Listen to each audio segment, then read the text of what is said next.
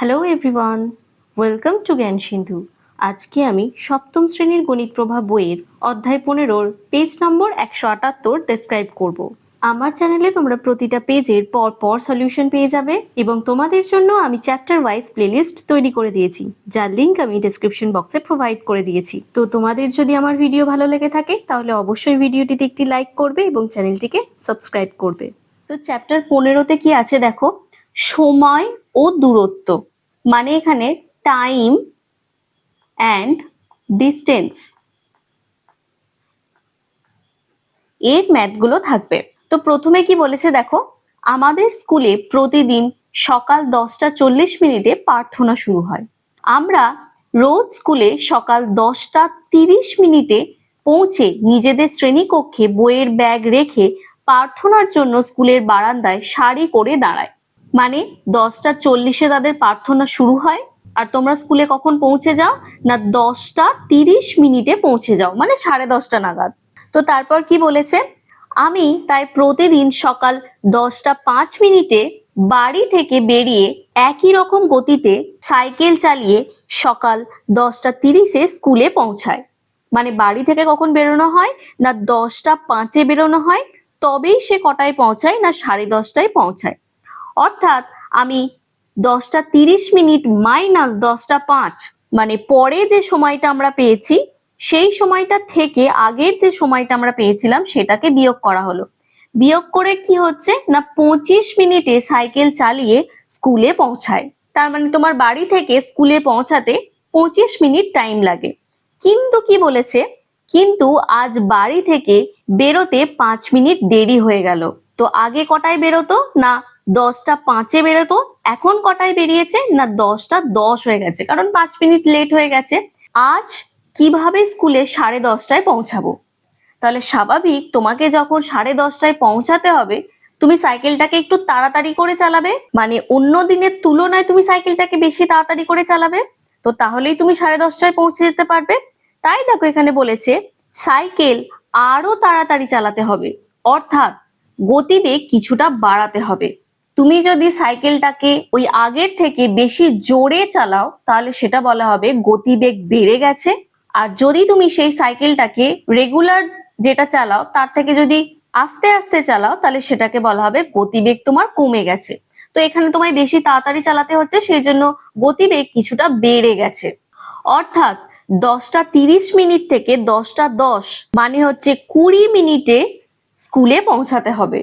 তাহলে স্বাভাবিক তোমায় 25 মিনিটের জায়গায় 20 মিনিটে আসতে গেলে তোমাকে বেশি তাড়াতাড়ি করে সাইকেল চালাতে হবে। বাড়ি থেকে স্কুলের দূরত্ব এখন তোমায় বলে দিয়েছে যে 4 কিমি। এখন তোমাদের মনে হতে পারে যে গতিবেগ কি জিনিস, গতিবেগ কি জিনিস আমি এক্ষুনি তোমাদের একটু হালকা করে বললাম।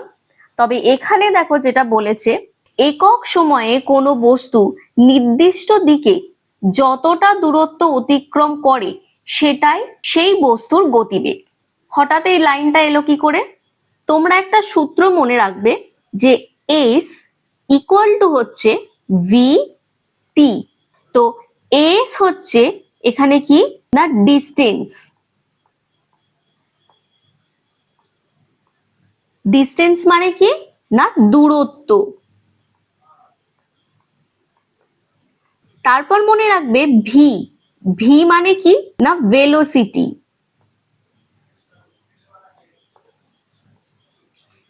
ভেলোসিটি মানে কি গতিবেগ। আর টি মানে কি টাইম।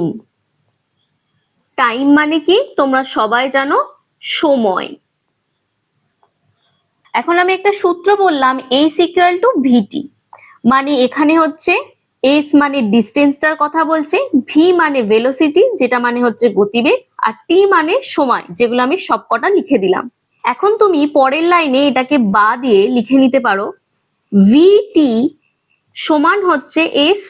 কিছুই নয়, জাস্ট দেখো এই জিনিসটাকে এদিকে উল্টে লিখেছি, এই জিনিসটাকে এই দিকে নিয়ে চলে গেছি, খালি জায়গাটা পরিবর্তন করেছে। পরের লাইনে দেখো ভি এর সাথে টি কিন্তু গুণ ফর্মে আছে, তাই না, মাঝে কিছু নেই মানে গুণ আছে। তো এখানে ভি সমান তুমি কি লিখে নিতে পারবে, এস বাই টি লিখে নিতে পারবে, কারণ এইটা গুণ ফর্মে আছে, এদিকে এলে ভাগ হয়ে যাবে, তো এখানে হবে ভাগটি, পরের লাইনে এই ভাগটা যখনই গুণ হয়ে যাবে এটা হয়ে যাবে 1/t, আর 1/t মানেই কি, এটা মানে হচ্ছে s/t, তাই নয় কি? তো এটা আমি পরে এইখানটায় করছি। দেখো v সমান আমরা পেয়েছি s/t, এসটাকে আমি কি বলেছি, দূরত্ব বলেছি, তাই না, দূরত্ব। আর টিটাকে আমি কি বলেছি, সময় বলেছি, তাই না? এবার দেখো সংজ্ঞাটা আমরা পড়ি। একক সময় বলেছে, একক সময় মানে কি, সময়টাকে ধরা হচ্ছে 1, ঠিক আছে? তাহলে পরের লাইনে যদি সময়টাকে আমি 1 ধরি, আমি লিখে নিতে পারবো v ইকুয়াল টু দূরত্ব বাই সময়ের জায়গায় বসিয়ে দিচ্ছি 1। এখন আমরা কি জানি, 2/1, যেটাকে আমরা লিখতে পারি 2 হিসাবে, আমি এটা বহুবার বলেছি অনেক জায়গায়। 3/1 কে আমি লিখতে পারি 3। তাহলে দূরত্ব বাই 1 কে আমি কি লিখতে পারবো, v ইকুয়াল টু লিখে নিতে পারবো শুধু দূরত্ব, তাই না? তো একক সময়ে কোনো বস্তু নির্দিষ্ট দিকে যতটা দূরত্ব, এই যে যতটা দূরত্ব অতিক্রম করছে, সেটাকেই কি বলা হচ্ছে না, বস্তুর গতিবেগ বলা হচ্ছে। মানে যদি এর নিচেটা যদি কোনো রকম ভাবে আমি 1 করে নিই, তাহলে দূরত্ব যেটা থাকবে, মানে এখানে যদি 2 অ্যান্সার বেরিয়ে থাকে, তাহলে সেটাই হয়ে যাবে তার গতিবেগ, তাই না? গতিবেগ সমানও তাহলে v ইকুয়াল টু 2 বেরোলো। তো এইটা হচ্ছে সংজ্ঞাটার মানেটা। তো এরপর কি বলেছে দেখে নি, প্রতিদিন আমার সাইকেলের গতিবেগ ঘন্টায় কত ছিল হিসাব করি। তাহলে একদিকে আমি সময়কে লিখে নিয়েছি আর একদিকে দূরত্বকে লিখে নিয়েছি। প্রত্যেক দিন আমি 25 মিনিট করে সাইকেল চালিয়ে 4 কিলোমিটার পথ যাই, যেটাই তোমার দেখো 4000 মিটার লেখা আছে। এখন জিজ্ঞাসা করেছে যে ঘন্টায় কত কিলোমিটার বেগে সে সাইকেলটা চালায়। এখন 1 ঘন্টা মানে আমরা কি জানি, যদি আমরা 1 ঘন্টা নিই তাহলে সেটা জানি আমরা 60 মিনিট। তো ওই জন্য দেখো 25 মিনিটে 4000 মিটার অতিক্রম করে, তাহলে 60 মিনিটে কতটা অতিক্রম করে যদি বার করে নেয়, তাহলেই সেটা হয়ে যাবে দূরত্ব। এখন একটা জিনিস দেখো, তাহলে আমরা কি পাচ্ছি, দূরত্ব পাচ্ছি। তো 25 মিনিটে তুমি যতটা দূরত্ব অতিক্রম করবে, 60 মিনিট যদি তোমায় সময় দেওয়া হয়, তাহলে তুমি সেই সময় বেশি দূরত্ব অতিক্রম করবে, তাই না? তাহলে এই নাম্বারটা বাড়ার সাথে সাথে দেখো এই দিকের নাম্বারটাও কিন্তু বাড়ারই কথা, তাই না? তাহলে সময়ের সাথে আমি বলতে পারি দূরত্বের যে সম্পর্কটা, সেটা হচ্ছে কি না, সরল, ঠিক আছে? তো যখন আমরা দেখবো এইরকম জায়গাগুলো একটু সরল সম্পর্ক হচ্ছে, আমরা কি করব না, এই যে সংখ্যাটা আছে এই সংখ্যাটার সাথে এই সংখ্যাটাকে গুণ করব, ঠিক আছে? এই সংখ্যা দুটোকে গুণ করব এবং নিচেতে কোন সংখ্যাটা লিখব না, এই সংখ্যাটাকে লিখব। মানে ব্যাপারটা হবে 60 গুণ 4000, আর নিচেতে হবে কত না 25, যদি সরল সম্পর্ক হয়।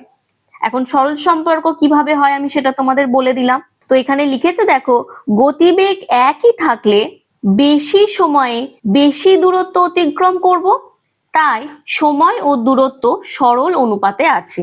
তাই দেখো লিখেছে 25:60, মানে এই দুটোকে করেছে 25:60, আর 4000 মানে এইটাকে দিয়েছে ইস্টু কত সেইটা তোমাদের জিজ্ঞাসা করেছে। দেখো এইটুকু ক্লিয়ার হয়েছে কিনা, বাকিটা পরের দিন পরের পেজে ডেসক্রাইব করে দেব। তো আজকের জন্য এইটুকুই, দেখা হচ্ছে নেক্সট ক্লাসে।